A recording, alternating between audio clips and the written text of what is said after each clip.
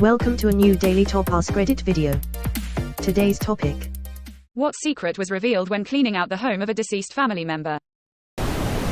Grandpa did drawings of the faces of the people he killed in WW2. Nobody knows why, but my grandma said he had a lot of guilt over the things he saw, so my guess is he didn't want to forget them or didn't feel like he should be allowed to forget them. My grandfather, who was in Italy, on Omaha and in the Bulge, did something similar. Every evening before bed, he'd visualize the German soldiers he had killed and would say prayer for each. And ask for forgiveness from them. In a way, I think he felt feeling the pain of remembering him every day was his penitence. My grandfather was a gunner in WW2. He sit in a plane and shoot down on people as the plane flew over them. He never very rarely talked about it. When me and my kids were living in a subsidized government housing complex, I was on food stamps.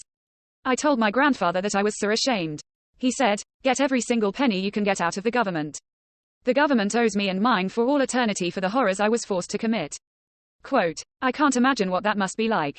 I feel like at surface level it's like, the enemy is the enemy. But I'm sure a lot of soldiers realize they're fighting ordinary people just like them, and that has to chip at you over time." My grandfather struggled with what he did in WW2 his entire life. He took his story to the grave with him, we assume out of shame. What we've been able to piece together is that he was a member of the SS. Lied about his age when he enlisted. Joining up at 14, probably consumed by all the propaganda, and got shot down over the UK sometime during the Blitz. He wasn't a pilot, which meant probably a gunner, or someone controlling the bombs. He could have been responsible for hundreds of civilian casualties, and we'll never know. After the war he ended up staying in the UK, became a citizen, married a farm girl and had 4 kids. I have to imagine that his time in the POW camp changed his perspective and he came to realize the SS was truly evil. Unfortunately we'll never know. My grandfather would never talk about his time in the army in WW2. We knew he was an ammunition truck driver and that's all. After he passed we found all kinds of documents. That was actually the last job he did for the army. Before that he was a sniper and won medals for marksmanship with rifles and other different things. He had maps of all the places they traveled, some of which were not in Germany like he always said. It was all really neat, spooky too.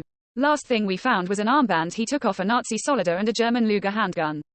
It was really crazy. A diary with only a few entries from my uncle who lived alone. One of the entries was about how sad he was to have never met anyone or had children and how lonely he was. Broke my heart. Edit. Wow. Sorry to depress so many people on a Friday night. Cold sweat smile. My dad, his best friend, actually found the diary and saved it from the house before all the other family pounced. My dad didn't care about material possessions, but he wanted to protect my uncle's thoughts. It did feel wrong to be reading it, but curiosity killed the cat. Some of these commenters seem like they need a pep talk. To all those saying that they are going to end up like my uncle. If you don't want to, you don't have to. Your life isn't over until it's over, but it's up to you and only you to get what you want out of life. Step out of your comfort zone. Maybe less time on Reddit. Cold sweat smile. Do something new. Volunteer. Join a club. Maybe move to a new place. Get a new job. You never know who you will meet. My brother sat in his room for years drinking beer and playing computer games, but one day he decided to give rock climbing a go. He now manages a climbing wall place. Is mega fit, and he met a lovely woman who loves also climbing, and he spends his weekends on cliff edges around the UK. I finally found my partner online dating after moving from London to Liverpool. Yes, online dating sucks so much, especially in London, but it can work. Kissed a hell of a lot of frogs. Face with spiral eyes. Good luck. This breaks my heart too. I don't think there is anything sad about being alone unless you don't want to be alone. I think very few of us want to be truly alone.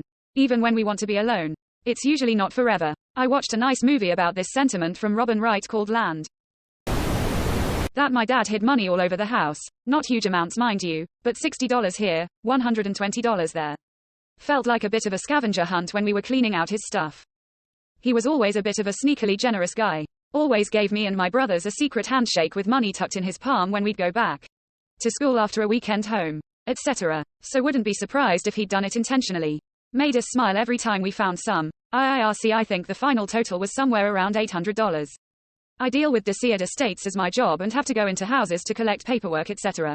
One home of an elderly lady I found £15,000 in cash stuffed all over the place.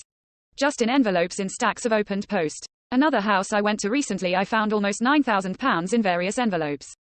Quite a few years back, my dad discovered that the nice old widower across the street, whom he sort of befriended by shoveling the driveway and bagging leaves and just going over to chat with when the kids wouldn't do anything but watch TV, had something like $200,000 stashed in his mattress.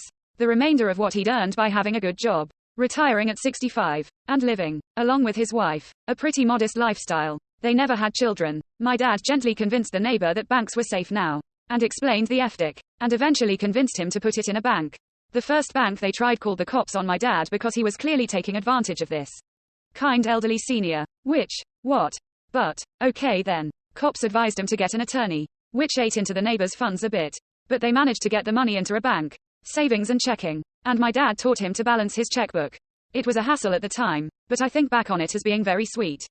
My dad was totally appalled and hugely worried when they got all the cash out and counted it, and then when he had to patiently explain the Federal Reserve in detail multiple times, and the first bank did that, and they had to find a good layer, all of which took at least a month. They became pretty good friends, though my dad always called him Mr.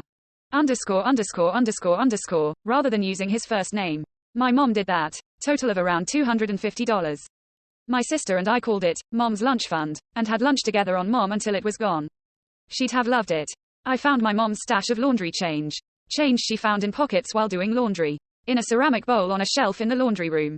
It's still there at my dad's house. In 4 years I haven't been able to bring myself to touch it. It was her reward for doing laundry, so she told me when I was a kid. Maybe I should try to figure out some way to use it that would honor her.